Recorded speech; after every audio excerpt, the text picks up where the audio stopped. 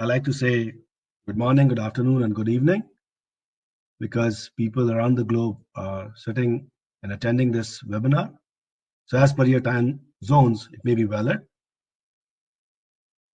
I myself is the presenter, Syed Arshad Hashmi, for today's webinar.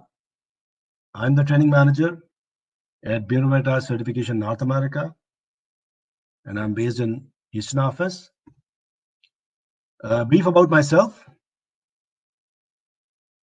I am a lead auditor in a number of international standards related to quality, environment, health and safety, information security, business continuity, energy management, anti-bribery management systems. There are a number of international standards against which I provide training and auditing services. By profession, I'm an engineer. It's been 24 years working into this field of international standards and certifications. I have extensive implementation, auditing, and training experience against all these international standards. And I've provided my expertise across the globe, including US, Europe, Canada, Thailand, Saudi Arabia, Pakistan, and throughout Middle East. So a brief about my company, Bureau Veritas. We are a French company created in 1828. So by now, it's a 190 years old company. We belong to an industrial sector, which is called tech, testing, inspection, and certification. And we provide our testing, inspection, and certification services related to quality, health, safety, environment, sustainability, and risk management, wherever there's a need of testing, inspection, and certification services. It's a 5 million euro company with a total strength of 75,000 employees across the globe. We are heavily present in 140 countries through our 1,400 offices and labs. And we have a total strength, total customer base of around more than 400,000 customers globally. So that's a brief about Bureau Veritas. We have different business lines within Bureau Veritas, and this webinar has been conducted under the business line which is called Certification Business Line. The Certification Business Line, we provide certifications against all these international standards which are related to quality, environment, health and safety, security, food safety. Some of these standards are generic standards, but some of these standards are industry specific. As you can see, aerospace standards or automotive standard, food safety standards, these are industry specific standards. So we provide our certification services against all these international standards, and we also provide training against all these international standards. So the objective of today's webinar, so I've structured it in 3 domains. First, I'll talk about why we need to execute the business through remote auditing, why it is the need of the time. And as most of you know, so I'll touch base a little on that. Then the different aspects of remote auditing. That is very important for you to understand, for you to know, so that you can align your expectations with the output of remote auditing. And then the planning and execution process of remote auditing versus on-site auditing. So I've put my webinar in 3 domains, and starting with the first one. Now we all know that there is a state of global emergency that we are living in. The COVID-19 pandemic, everyone and anyone who lives on the globe is facing it. And a lot of governments, all the local, state, and federal governments are coming up with the proposition of lockdowns so that they can limit the spread of the virus. For Bureau Veritas, the top priority is the safety and security of the employees as well as of the clients. And as you all know, that when we audit, when we do the certification projects, as an auditor, we need to travel, we need to interact with people, we need to be on site, and we need to do a lot of activities, which includes a lot of interaction. And we can compromise the safety and security of the employees as well as of the clients. So under these circumstances, Bureau Veritas has come up with the methodology of remote audits. The remote audit through which we can ensure the safety and security of the employees as well as of the clients, and yet can maintain the certification status of the clients.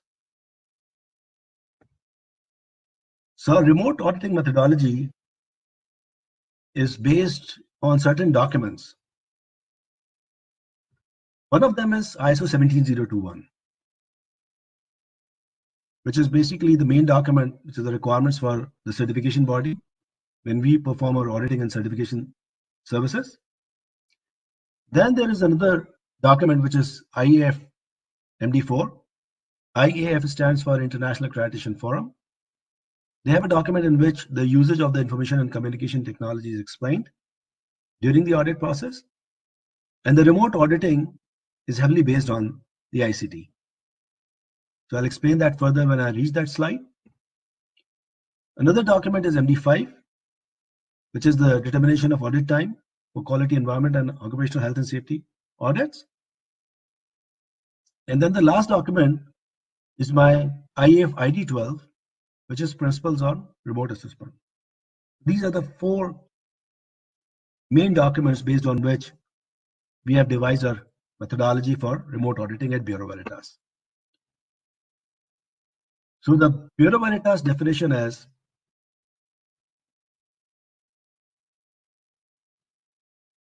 when an auditor goes on site, they review number of records, number of documents, and they interview number of personnel there. Apart from visiting on site and seeing the physical operations. Now, all of that can also be done off site, excluding the part of verifying the physical operation. So if an auditor sitting off site can interview the people, can review the documents, policies, procedures, and your records, that we will term it as a remote audit. And that needs to be done in real time. So the only difference would be that I, as an auditor, would not be sitting there on site, but I would be sitting off site, doing the same process that I do there when I go through the documentation, when I go through the records, and when I go through the personnel and interview them. That's the basic concept. Nevertheless, it has some limitations, which I'm going to explain in the coming slides, that all the process and type of industries cannot be audited remotely. And we need to understand that this is an alternate to the due on-site audit. And I'll explain that further in my coming slides. So let's suppose that you're one of those companies which are facing a due audit in the coming months, in the current months, on the months that is coming. So which audits can be done remotely? If that's a stage 1 audit, surveillance audit, recertification audit, or follow-up audits. So these audits can be covered through the remote audits or parts of it. Apart from these audits, if there is a certification audit or a stage 2 audit, then usually that cannot be covered through the remote audits, but some parts or some elements of it which can be verified remotely, but that needs to be justified and approved by the accreditation manager at Bureau Veritas, in case we go for that approach. But usually the above 4 bullets explains which can be easily replicated through the remote audit methodology. So what I've done is that I've made a process flow, I've made a workflow for remote audits, because I think that picture speaks louder than words. So this will give you a good picture which can be retained in your mind that how this remote audit will all go till the end. So an on-site audit is due of any of the clients. If that is a stage 1 surveillance recertification and follow-up audit, the remote audit can be a consideration. Any other type of audit, accreditation manager needs to give an approval to that. With that being said, the eligibility for the remote audits. Now this depends upon the type of business and type of industry that you are in. So at Bureau Veritas, we use some terms that you need to understand.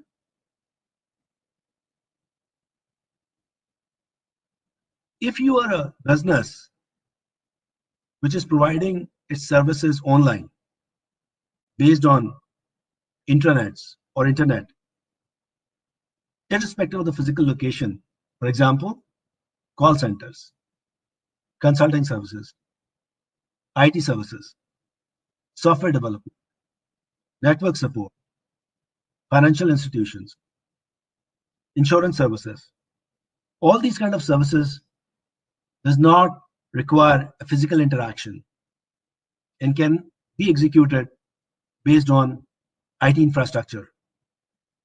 In our remote auditing methodology, that is termed as a virtual site. So the remote audit is best suited for these kind of businesses.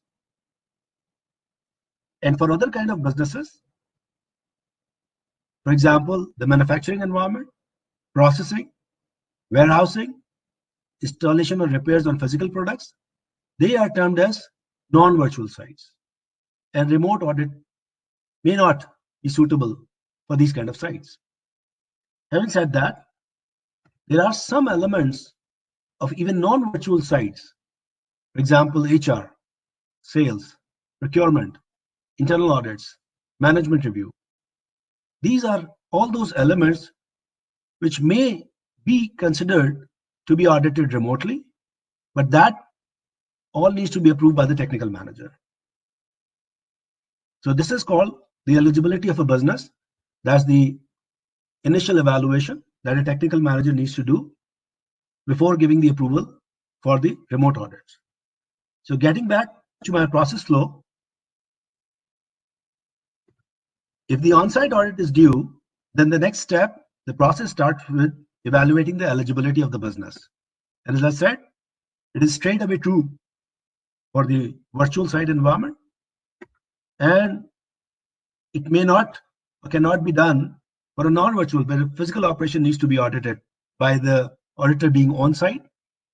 But nevertheless, different elements of that non-virtual environment can still be audited, can still be approved by the technical manager. So technical manager is the final authority without which, without approval of technical manager, it cannot be done. Now the ICT is the very important element of the remote audits, which comprises of information and communication technology. And I'm sure as most of you have been experiencing lockdowns and remote working, we are getting competent in using different tools and applications through which we are doing the business and staying in touch with our colleagues. So all this Skype, Zoom, WhatsApp meeting, instant messengers, Adobe Connect, Click meeting through which we are delivering this webinar, all this supporting IT infrastructure who are supporting these tools, they are considered as information and communication technology. Usually in an audit, it's the video call through which we can interview the people, we can share the screens, we can exchange information and emails also in real time. The important thing is that it needs to be done in real time. So we use information and communication technology, and then this needs to be tested prior to the audit. So that is one of the important aspects of remote auditing, that whichever ICT you are selecting, client and auditor should be on the same page, and they should test it before the remote audit date.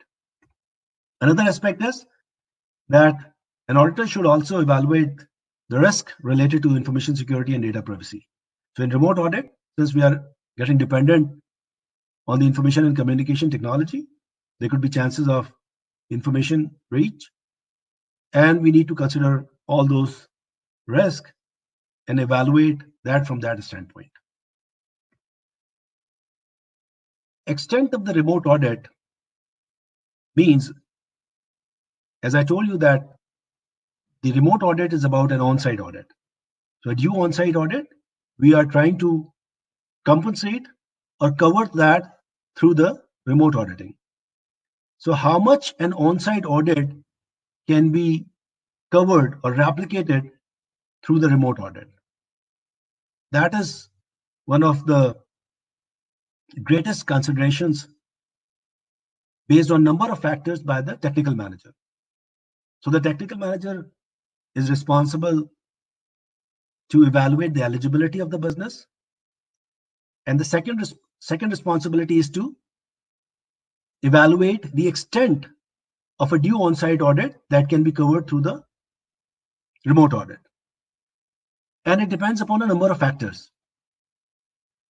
The important part is that whichever part of the on-site audit that could not be covered through the remote audit, that needs to be audited within the next 6 months. And that will be scheduled after the remote audit by our scheduling team, and they will get in touch with client to schedule the remainder of the audit, on-site audit. So I'll try to explain this thing to you through a slide. As I said, picture speaks louder than words. So let's suppose my next activity is, of course, after the eligibility, the extent of the remote audit. So let's suppose there is a remote audit that needs to be done, and there is a part of remote auditing and on-site audit part. So a technical manager can approve that a remote audit or an on-site audit can be done remotely 80%, and 20% still needs to be done on-site. Or 60% can be done remotely and 40% still needs to be done on-site. Or maybe 30% can be done remotely, or 70% still needs to be done on-site. Now this is again the discussion of the technical manager based on number of factors and calculation. And this is the part of the remainder on-site audit that still needs to be executed. And as decided by the technical manager, that needs to be executed on-site. Now in our remote auditing methodology, once we execute the remote audit, from that date till the next 6 months, the client has the provision to plan the on-site audit. So the consideration is, hopefully, we will be over with this crisis scenario. And this methodology will give us a way out of keeping our auditing status or certification status valid at the moment, and giving us a provision to plan the rest of the remainder on-site audit the next 6 months. That being said, a remote audit execution is more like an on-site audit, just being done off-site based on the information and communication technology. So the auditor will conduct this usual opening meeting. They can do the document review. They can conduct the audit. They can interview the personnel. They can investigate. They can review the records.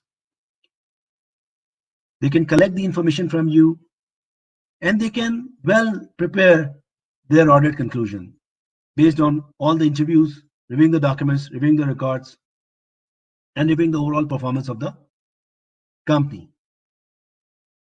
And based on that, they can well conduct the closing meeting as well. So as I said, that remote auditing, or the part that will be covered through the remote audit, is just like an on-site audit, but done off-site. This is one of the prohibitions that you need to keep in mind, that it will be strictly prohibited to record the remote audit. Of course, for the confidentiality purpose from the company and from the certification body standpoint. So after the approval of the extent, the execution, as I just explained, it will be through the video or call screen sharing, an exchange of information based on the information and communication technology. And then we need to be careful on recording of the remote audits, which is strictly prohibited. The last part is about the reporting. The reporting comprises of usually the same elements as for an on-site audit, but it will include what is covered remotely in this particular audit, which ICT was used, and then it will have the usual contents, and the usual audit cycle will follow, comprised of corrective actions, due dates, and follow-ups. So the reporting part would almost be the same as like a on-site audit, just that it will highlight the remote audit part and the ICT usage. So referring back to my main workflow, the last part is the reporting of remote audits. And as I explained in the previous slide, that will be like an on-site audit, highlighting the remote audit part. Now what I've done is that, since I know that most of the companies are certified to different international standards, different ISO standards, so which elements of a particular standard can be audited remotely?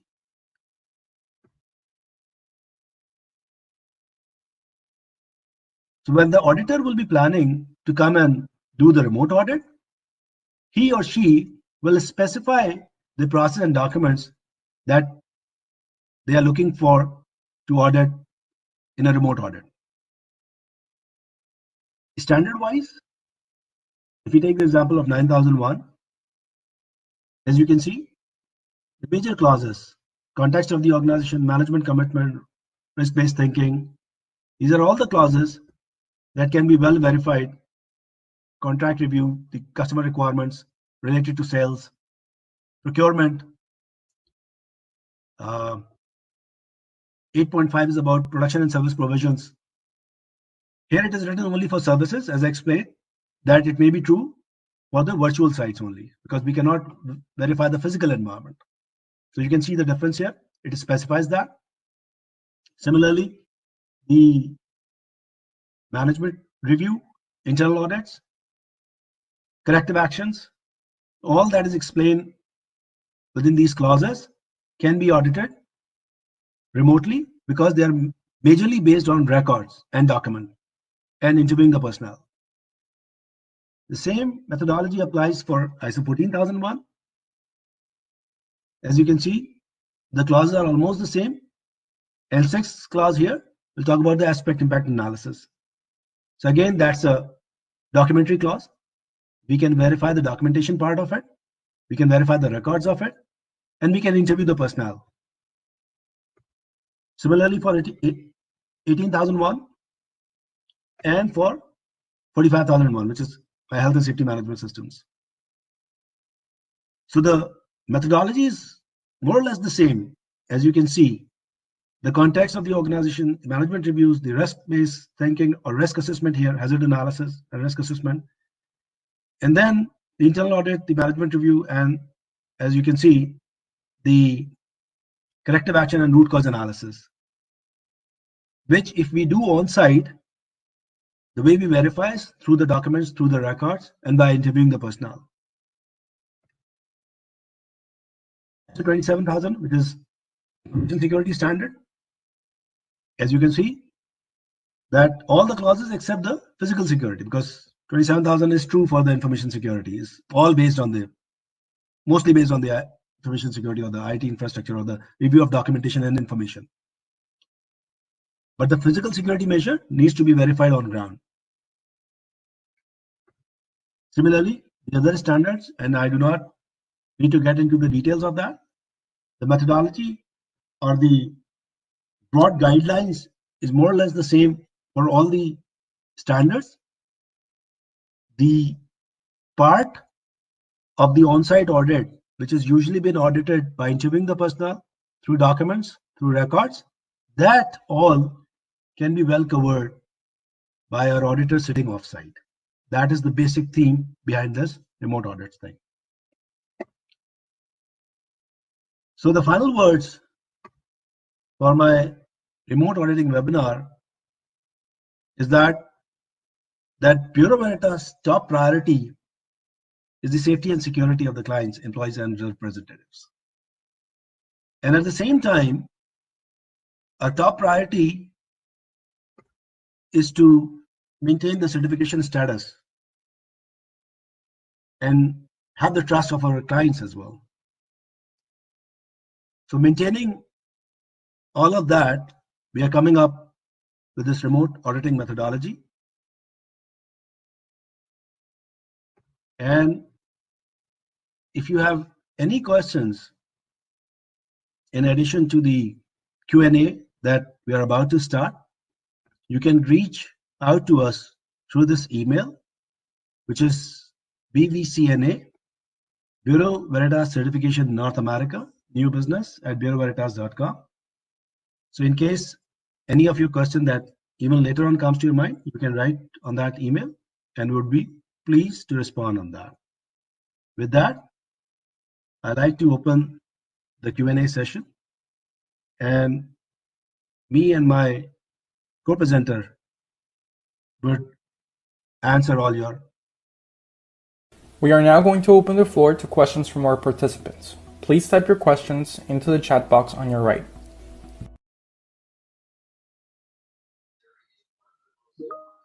Hello everyone. So this is Syed Arshad Hashmi again.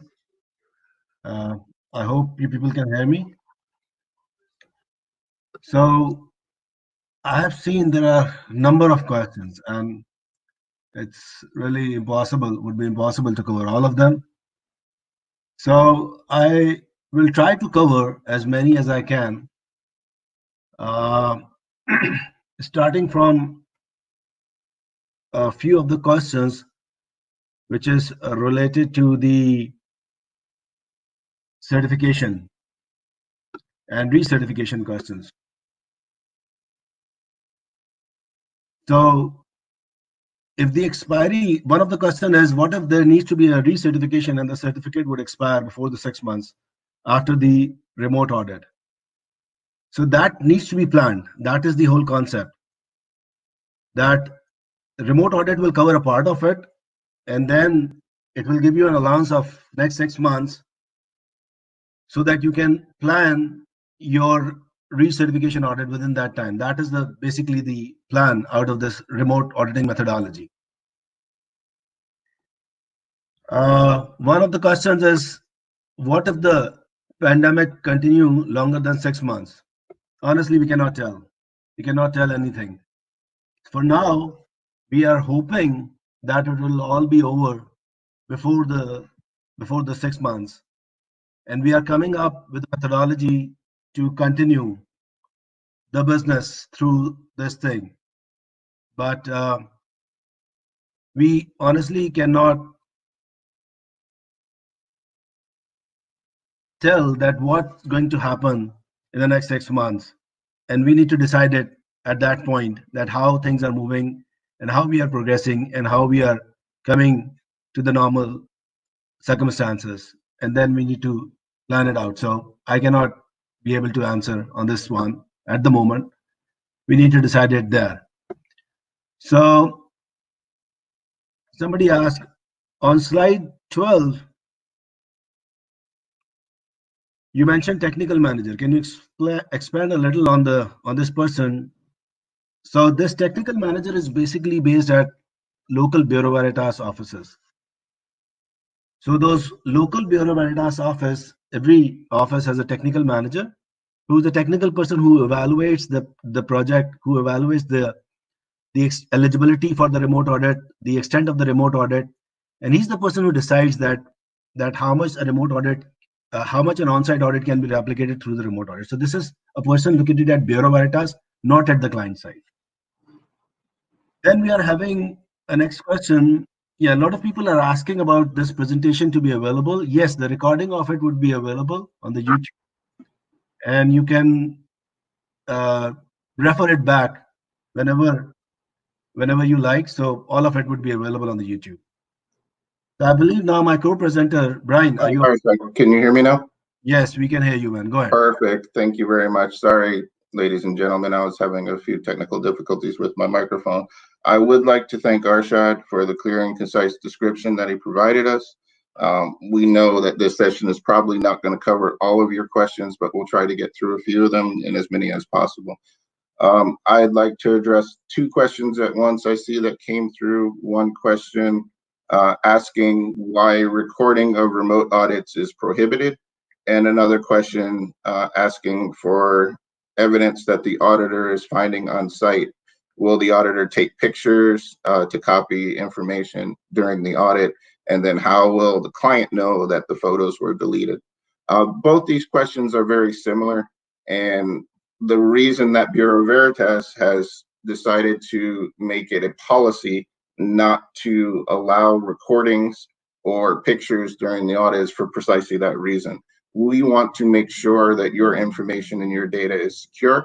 So the auditor will join the remote auditing techniques using information in real time, live. So if they have a question, they will ask you the question. If they need to see a document, then you will present that document to them.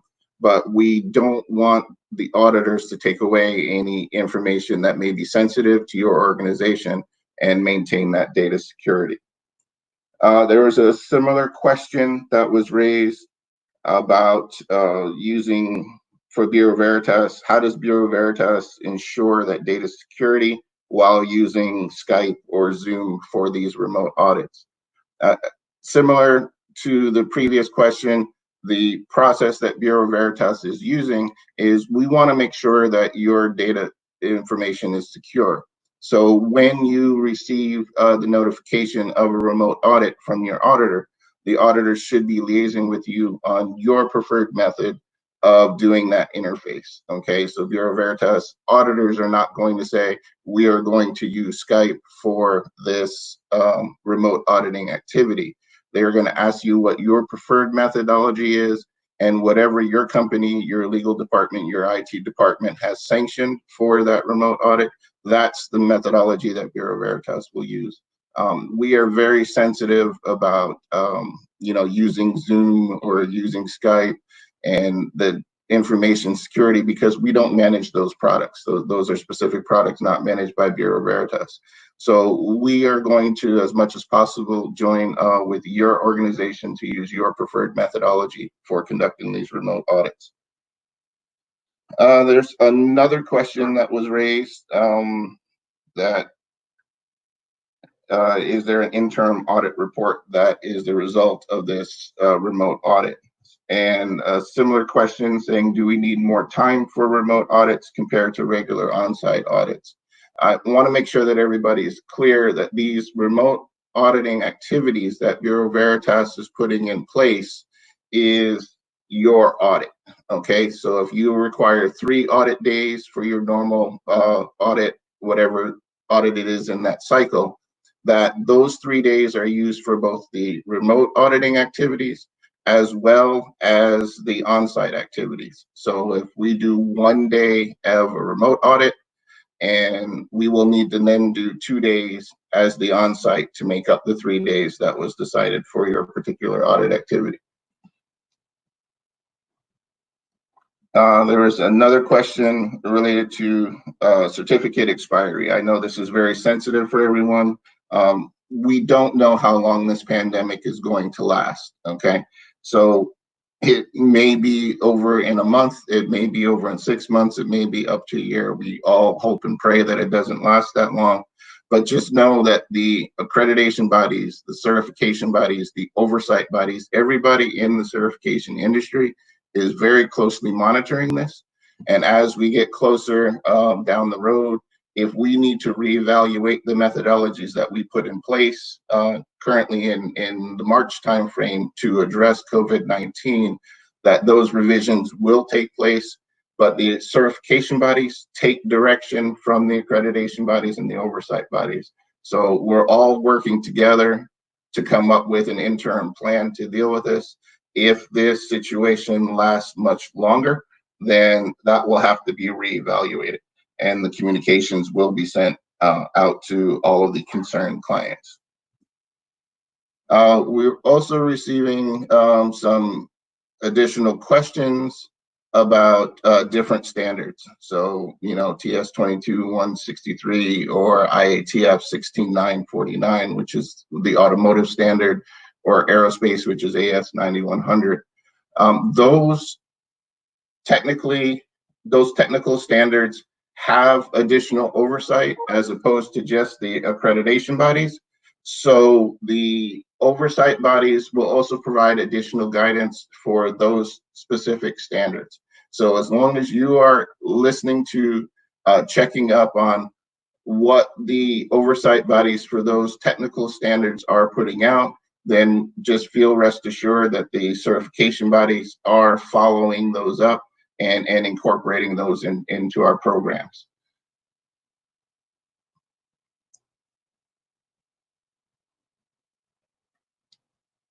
So there's a question: how do you verify the documents that are presented during the remote auditing activity? And the answer to that question is it's going to depend on what methodology is used.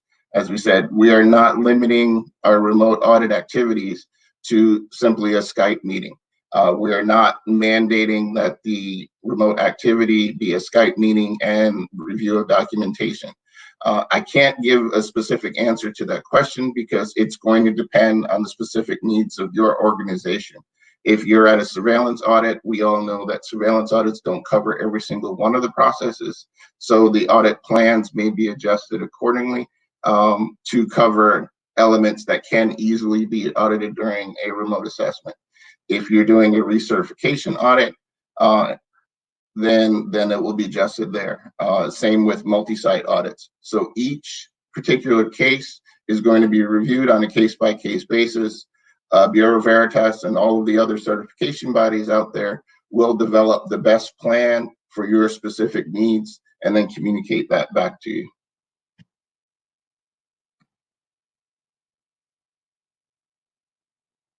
Let me see.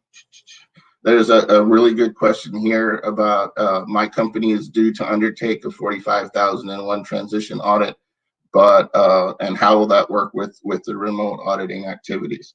That is a question that has been raised multiple times through multiple methodologies. Right now, as of today, we have not received any guidance from the oversight bodies that we can do remote assessments for transition audits. So the only way I can answer that question right now is holding pattern. You know, we are asking that question because we know that those 45,001 audits all have to be transitioned by March of next year. So there are other standards as well that are going through transition, and we are asking those questions. And once we receive those answers from the oversight body, we'll incorporate that into our risk assessments. There's a question about how Bureau Veritas determines audit time for that. Again, it's the risk assessment. You know, every certification body will have a different methodology for what information they need to gather for what particular standards. We have developed our own protocols that are specific to Bureau Veritas. So just because Bureau Veritas has this methodology doesn't mean it's exactly the same as any other certification body, but it all has to meet the oversight body guidance, the IAF MD4 and the IAF ID3 guidance that came down from our oversight bodies. So we developed the risk assessment, the set of criteria, and we evaluate all of the information we gather to formulate first whether we can do a remote assessment, and two, how many days of the required audit we can do using a remote assessment.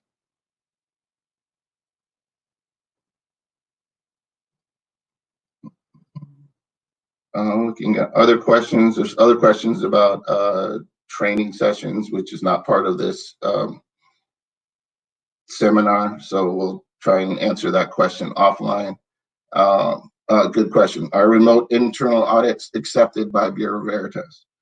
The internal audit program, want everybody on the call to understand that the internal audit program is your program, okay? So you have a specific management system that addresses your needs.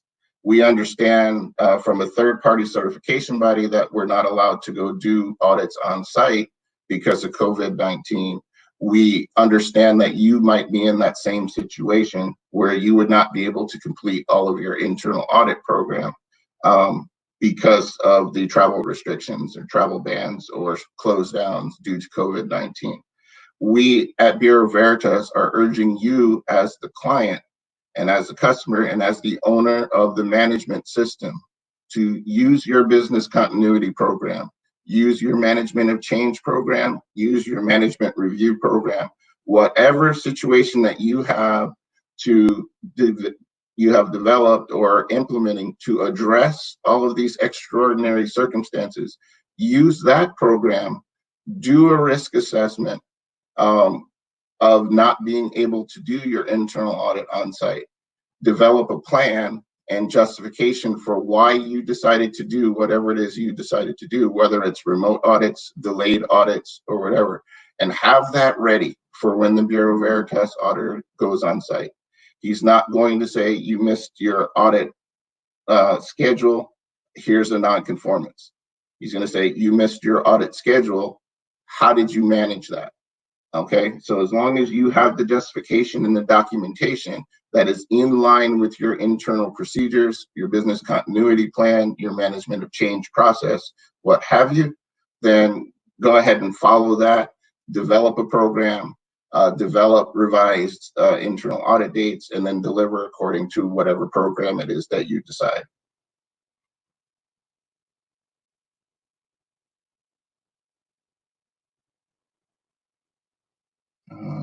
There's lots of questions about whether or not their audit can be a remote audit. Again, if you are a Bureau Veritas client, then you will have already or will shortly be receiving information on whether or not a remote audit can be accomplished.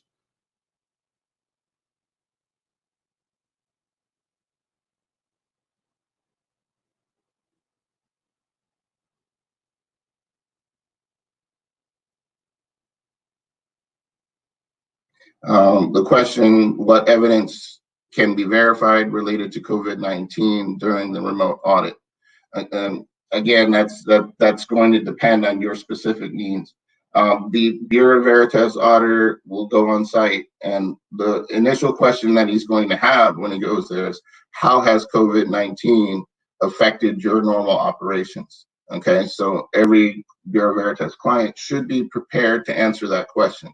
You know, again, it may tie into the internal audits. Well, internal audits were delayed. This is how we've had to revise it. Management reviews were delayed. This is how we advise it. This is the effect that COVID-19 has had on our KPIs, our internal KPIs. So the Bureau Veritas auditor is going to want to go in and find out, well, how did you manage that through your management system? You know, what changes have you made? What concessions have you made? How did you look at your current status and address it through your management system? And that will be part of what's going to be audited.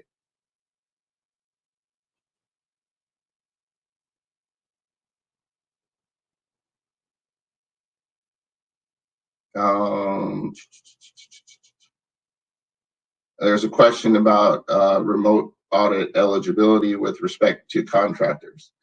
Yes, at Bureau Veritas, as well as all of the other certification bodies out there, as part of our internal processes to address the COVID-19 pandemic and deal with the extraordinary events that came out of it, we've had to adjust our internal procedures as well.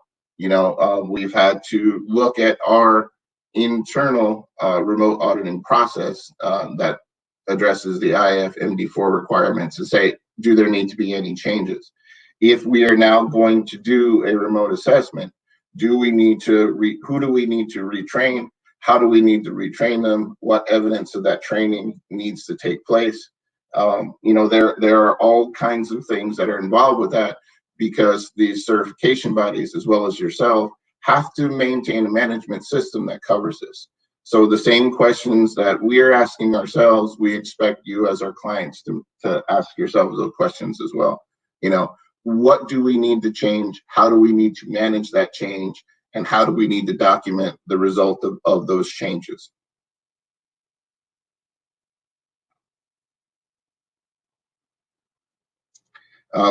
Question of, will remote auditing cover certifications of oil and gas industry, especially at the operations basis? I honestly don't know the answer to that question. My role with Bureau Veritas is with the certification department.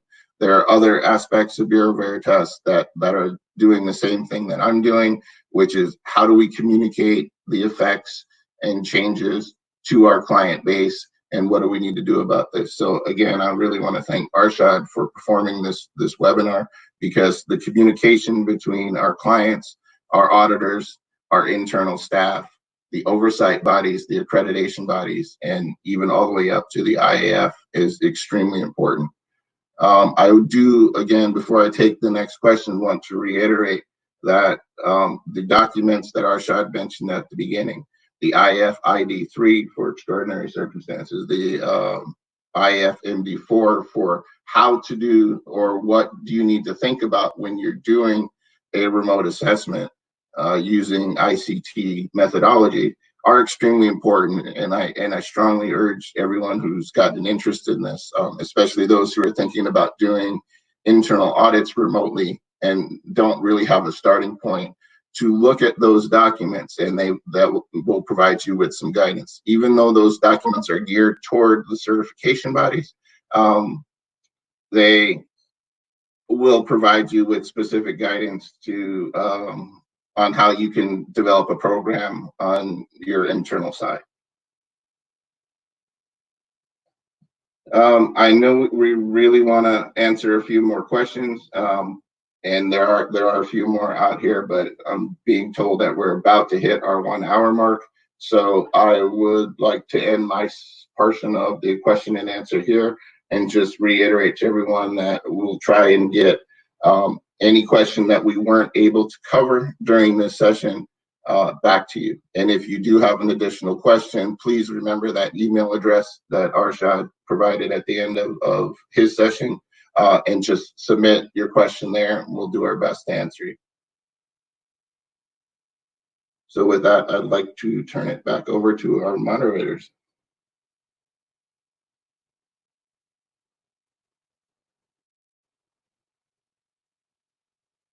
I think we have covered most of it, and the questions which are left, we believe we would be able to respond to that through the emails. As you have seen in the chat box, that the presentation slides in the PDF would be available to all, then the recording would also be available on our Bureau Veritas YouTube channel.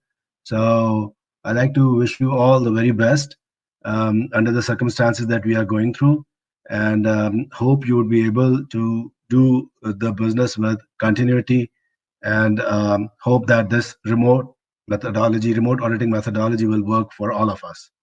Thank you very much, and goodbye.